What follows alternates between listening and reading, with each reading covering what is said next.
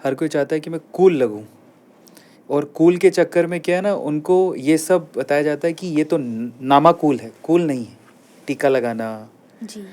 है ना, और भगवा धारण करना, और ओम लिखना, जय श्री राम लिखना, जय श्री कृष्ण लिखना, हिंदू सनातन धर्म का नाम लेना, गुरुओं के आगे चरण स्पर्श करना, माथा टेकना, ये नामाकूल लगती है चीज़ें। ऐसा बना दिया गया है, इसके बारे में क्या कहना है आपको? क्योंकि उन्होंने हिंदू धर्म को कभी समझा ही नहीं। हम्म, उनको लगता है कि ये सिर्फ हिंदू धर्म में दिखावा है, ये चंदन ये भी दिखावा है। अरे दिल से भक्ति करो। अरे भैया इतने बड़े भक्त थोड़ी बन गए अभी आपकी दिल से भक्ति करने लगोगे।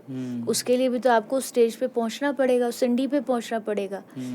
या फिर ये भी हो सकता है कि घर के पेरेंट्स से उन्होंने कभी क्वेश्चन किया हो कि भाई चंदन क्यों लगाते हैं, तो घर वालों ने आंसर ना दिया हो, तरीका लॉजिक ना दिया हो, बस ये कह दिया, अरे तुझे कह दिया मान तो बस मान।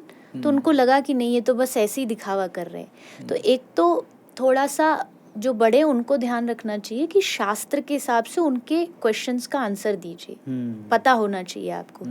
सेकंड थिंग, यूथ अगर ये सोच रहा है कि कूल बनना मतलब धर्म से दूर हो जाना है, मुझे नहीं लगता ये कूल बनना है। ये तो असल में देखो तो फूल बनना है।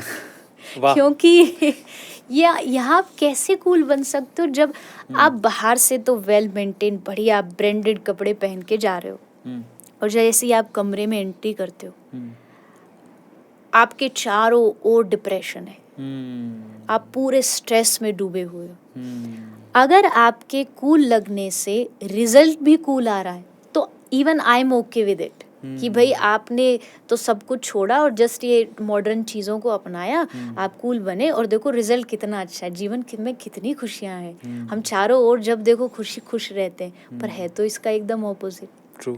जब तक वो थोड़ी देर बाहर रहेगा तब तक तो थोड़ा बहुत ठीक है, जैसे वो घर आया, जैसे कमरे में आया, फिर उसको टेंशन, स्ट्रेस, पैनिक अटैक, बताओ पैनिक अटैक्स हो रहे हैं बच्चों को, स्टडी के अटैक्स हो रहे हैं, छोटे छोटे बच्चों को स्टडी के कारण इतना बोझ लग रहा है कि सुसाइड कर ले रहे हैं। इसका मतलब यही है कि उनका कूल बनना आखिर में सही रिजल्ट नहीं ला रहा है। ट्रू। तो आपको अपनी उस लाइफस्टाइल को चेंज करना पड़ेगा। अदरवाइज ये जो कूल बनने वाला जो रास्ता है ना, आगे इसमें अंधेरा है, उजाला नहीं है। उस अंधेरे में जाना चाहते हो, जाने के लिए तैयार हो तो जाइए, आपके पास चॉइस है। पर अगर आपको उस अंधेरे से बचना है तो आपको हटाना पड़ेगा। और रही बात कूल बनने की, तो देखो एक टाइम आएगा जब समझ आएगा। कुछ चीज़ें समझ आ रही है, कुछ जैसे आपने कहा ना थोड़ा तो चेंज हुआ है। हाँ, आज के बच्चों को ये कह दो कि चोटी रखनी है तो बोलेगा अरे हम कैसे रख लेंगे।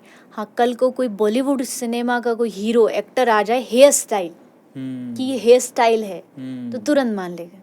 ट्रू।